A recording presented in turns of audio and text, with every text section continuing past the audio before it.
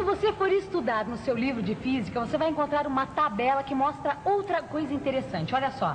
Quanto maior a corrente elétrica que percorre o gerador, menor é a tensão que ele pode fornecer. Olha, tem até um gráfico no seu livro que mostra direitinho essa relação.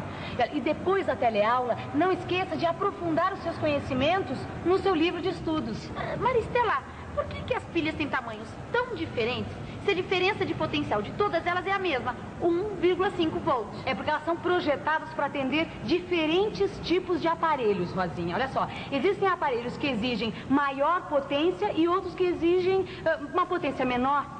Mas potência do quê? Potência dos geradores. Não confunda potência com diferença de potencial, são coisas bem diferentes.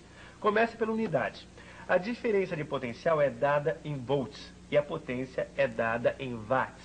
O meu relógio de pulso usa uma pilha que tem diferença de potencial de 1,5 volts. Vamos imaginar que essa lanterna use apenas uma pilha. Essa pilha também tem uma diferença de potencial de 1,5 volts. Só que olha a diferença de tamanho entre as duas. Agora presta atenção. Esse relógio tem potência igual a 30 microwatts. Já a lâmpada da lanterna tem potência de 3 watts, 100 mil vezes maior. Pela relação entre a diferença de potencial, corrente e potência, a gente percebe que quanto maior a potência de um aparelho, maior a corrente que ele precisa para funcionar. A lanterna precisa de uma corrente 100 mil vezes maior que o relógio. Então, quanto maior a pilha, mais massa. Isso. E quanto mais massa, mais elétrons em movimento. Aí, maior a corrente elétrica. Exatamente. Agora sim. Agora sim, agora ficou claro. Bom, mas tem outra coisa importante a respeito dos geradores, Rosinha. Você sabia que existem geradores mais eficientes do que outros? Eu bem que desconfiava. Mas como é que a gente faz para saber a eficiência de um gerador? É fácil, basta calcular o rendimento do gerador. E como é que faz esse cálculo? Basta aplicar a definição de rendimento. Essa definição você vai encontrar no seu livro de estudos. Lá você vai encontrar também vários exemplos que vão te ajudar a entender direitinho o rendimento dos geradores. Bem, nós já aprendemos muito sobre geradores.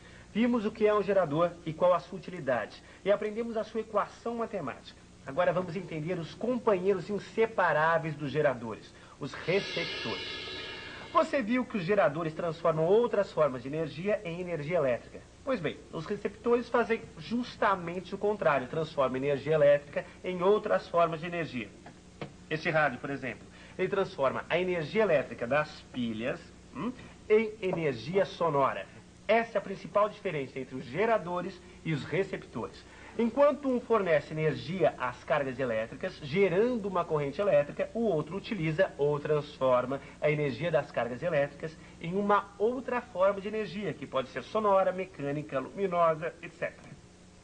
Essa diferença, Rosinha, entre receptores e geradores é a diferença fundamental. Mas existem grandes semelhanças entre eles. Mas como é que pode, Maristela? Se eles fazem coisas opostas, como é que pode haver semelhança? É o seguinte, Rosinha, eles são opostos no que cada um faz, mas eles são semelhantes nas representações gráficas e matemáticas. Você lembra da definição da força eletromotriz? Pois essa é a definição da força contra-eletromotriz. E linha é igual a tal sobre que. Mas é igualzinha a definição da força eletromotriz. A única diferença é que o E é E', o resto é igual. A definição é igual, Rosinha, porque as grandezas envolvidas são iguais. Mas repare que o agente que desempenha o trabalho muda. No gerador, era realizado um trabalho sobre as cargas elétricas. No receptor, são as cargas elétricas que realizam o trabalho sobre os aparelhos. Olha, as semelhanças entre os geradores e os receptores não param por aí. A representação gráfica dos dois também é parecida. Olha aí, essa é a representação gráfica de um receptor. Viu como é parecida com a do gerador que nós vimos no começo da teleaula? A única diferença está no sentido da corrente, que é ao contrário. Tem até a indicação de resistência interna. Então quer dizer que os receptores também têm resistência interna? Tem sim, Rosinha. E por todas essas semelhanças é que a equação do receptor acaba sendo bem parecida com a equação do gerador. Lembra da equação do gerador? V igual a E menos R vezes I.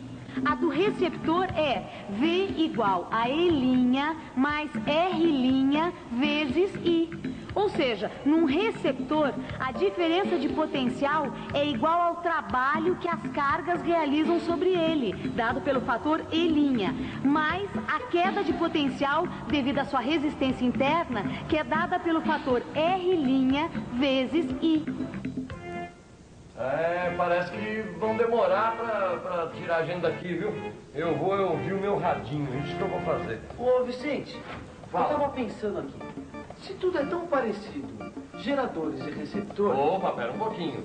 Eles são parecidos, mas eles fazem exatamente coisas opostas, né? O gerador transforma outras formas de energia em energia elétrica. E os receptores, eles transformam energia elétrica em outras formas de energia, que nem meu radinho aqui, né? Ah, sei. Mas se tudo é parecido, assim como com o gerador, a gente consegue calcular o rendimento dos receptores. Não é isso? Exatamente. A gente consegue calcular o rendimento, consegue calcular a potência total, a potência útil, a potência dissipada, exatamente como a gente faz com os geradores. Aliás, no seu livro de estudos, você vai descobrir que a fórmula que a gente usa para calcular o rendimento dos receptores é exatamente a mesma que a gente usa para os geradores. É isso aí. Tá na hora de uma boa revisão, né? Tá na hora de tirarem a gente daqui, né? Alô! E atenção, se liga aí, que é a hora da revisão. Na teleaula de hoje, você aprendeu o que é um gerador. Aprendeu sua definição matemática e viu que ele transforma outras formas de energia em energia elétrica. Aprendeu que os receptores realizam justamente o contrário dos geradores. Eles transformam energia elétrica em outras formas de energia. Você também aprendeu a equação do receptor. É isso aí. Na próxima tem mais. A gente vai estudar os circuitos elétricos, mas para isso, não esqueça, aprofunde seus conhecimentos no seu livro. Bons estudos e até lá.